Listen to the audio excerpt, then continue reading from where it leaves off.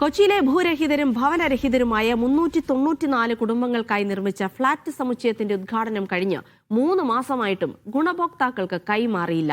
നിർമ്മാണം പൂർത്തിയായില്ല എന്നാണ് കൊച്ചി കോർപ്പറേഷന്റെ വിശദീകരണം. 3 മാസം മുൻപാണ് ഫ്ളാറ്റ് സമുച്ചയം മുഖ്യമന്ത്രി ഉദ്ഘാടനം ചെയ്തത്.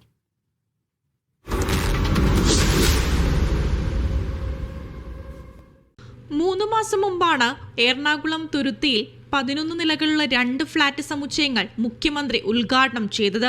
രാജീവ് ആവാസ് യോജന പദ്ധതി പ്രകാരം തെരഞ്ഞെടുക്കപ്പെട്ട 394 കുടുംബങ്ങളാണ് പദ്ധതിയുടെ ഗുണഭോക്താക്കൾ. സെപ്റ്റംബർ 27 ഉദ്ഘാടനം കഴിഞ്ഞെങ്കിലും ഗുണഭോക്താക്കൾക്ക് ഫ്ളാറ്റുകൾ കൈമാറിയിട്ടില്ല.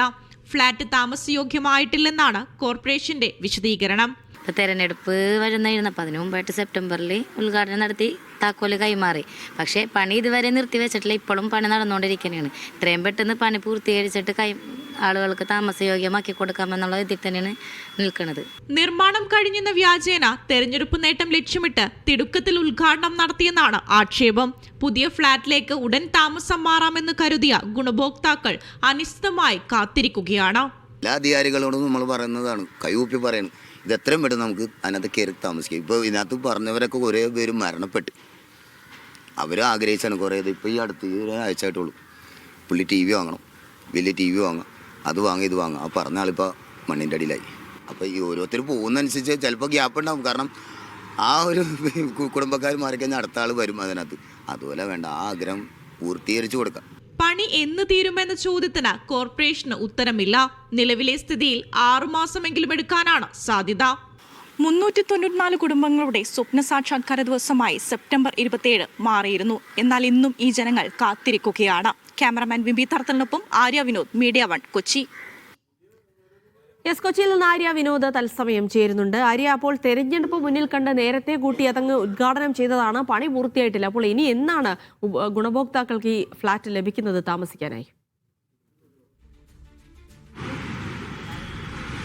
ജിൽസി, നമുക്ക് ഒരു 6 മാസമെങ്കിലും ഇനിയും എടുക്കും എന്നുള്ളതാണ് നമുക്ക് അറിയാൻ വേണ്ടി, നിലവിലെ കണക്കൂട്ടൽ പ്രകാരം നമുക്ക് അറിയാൻ വേണ്ടി സാധിക്കുന്നത്. ഇപ്പോഴും അവിടെ പണികൾ നടന്നുകൊണ്ടിരിക്കുന്നു. സീവേജ്, ഡ്രൈനേജ്, കുടിവെള്ളം അടക്കമുള്ള അത്യാവശ്യ സൗകര്യങ്ങളുടെ എല്ലാം തന്നെ പണികൾ നടന്നുകൊണ്ടിരിക്കുകയാണ്. ബിൽഡിംഗ് പൂർണ്ണമായി ഉടനെ തന്നെ ഉദ്ഘാടനം നടത്തുകയായിരുന്നു. തെരഞ്ഞെടുപ്പ് മുന്നിൽ കണ്ടുകൊണ്ട് മാത്രമാണ് ഈ ഒരു ഉദ്ഘാടനം നടത്തിയതെന്നുള്ള ആക്ഷേപം തന്നെയാണ് ഇപ്പോൾ അവിടെ നാട്ടുകാരടക്കം ഉന്നയിക്കുന്നത് എന്നുള്ളതാണ്. ഇന്നലെ തന്നെ നാട്ടുകാരെ ചെന്ന് കണ്ടപ്പോൾ അവരുടെ ദയനീയ അവസ്ഥ, വാടക വീട്ടിലൊക്കെയാണ് അവർ താമസിക്കുന്നത്. എങ്ങനെയാണ് ഇനി വാടക കൊടുക്കേണ്ടത്? നമുക്ക് 3 മാസം മുന്നേ അവർക്ക് സെപ്റ്റംബർ 27 അവർ ഒരു ആകാംക്ഷയോട്, പ്രതീക്ഷയോടെ നമുക്ക് സ്വന്തമായ ഒരു വീട് എന്നുള്ള സ്വപ്നത്തിലേക്ക് അവർ കാലെടുത്ത് വെക്കാൻ വേണ്ടി തുടങ്ങുമ്പോഴാണ് അത് അവർക്ക് സ്വന്തമായിട്ടില്ല എന്നുള്ള കാര്യം പോലും അവർ അറിയുന്നത്. അപ്പോൾ ഇപ്പോഴും അവർ കാത്തിരിക്കുകയാണ് വാടക വീട്ടിൽ നിന്നുള്ള ഒരു മോചനത്തിന് വേണ്ടി. ഭൂരഹിതരും ഭവനരഹിതരുമായിട്ടുള്ള 394 കുടുംബങ്ങളാണ് ഈ ഒരു പണി പൂർത്തിയായി ആ വീട്ടിലേക്ക് കയറാൻ വേണ്ടി കാത്തിരിക്കുന്നത് എന്നുള്ളതാണ്. അപ്പോൾ ഇനിയും പണികൾ ഏറെ ഉണ്ട് എന്നുള്ളത് തന്നെയാണ് മനസ്സിലാക്കുന്നത്. എന്തിനു വേണ്ടിയിട്ടാണ് ഈ തെരഞ്ഞെടുപ്പ് മുന്നിൽ കണ്ട് മാത്രമാണോ ഈ ഉദ്ഘാടനം മുഖ്യമന്ത്രി പിണറായി വിജയനെ കൊണ്ടുവന്ന് നടത്തിയത് എന്നുള്ളതടക്കമുള്ള ചോദ്യങ്ങളാണ് അവർ ഉന്നയിക്കുന്നത്. എപ്പോഴും കൗൺസിലർക്കടക്കമുള്ള പരാതികളുടെ എണ്ണവും ഇപ്പോൾ കൂടുകയാണ്. കൗൺസിലർക്ക് ഇതിൽ എന്തുകൊണ്ടാണ് നീക്കുപോക്ക് ഇല്ലാത്തതെന്നടക്കമുള്ള പരാതികൾ ഉയർന്നുകൊണ്ടിരിക്കുന്നു എന്നുള്ളത് തന്നെയാണ് ഇന്നലെ കൗൺസിലർ ഫൗസിയ വ്യക്തമാക്കുകയുണ്ടായത്. അതുപോലെ തന്നെ നാളെ ഇനിയിപ്പോൾ പുതുതായി ഭരണത്തിലേറിയ മേയറും ഡെപ്യൂട്ടി മേയർ അടക്കം അവിടെ ചെന്ന് സന്ദർശിക്കുന്നുണ്ട്.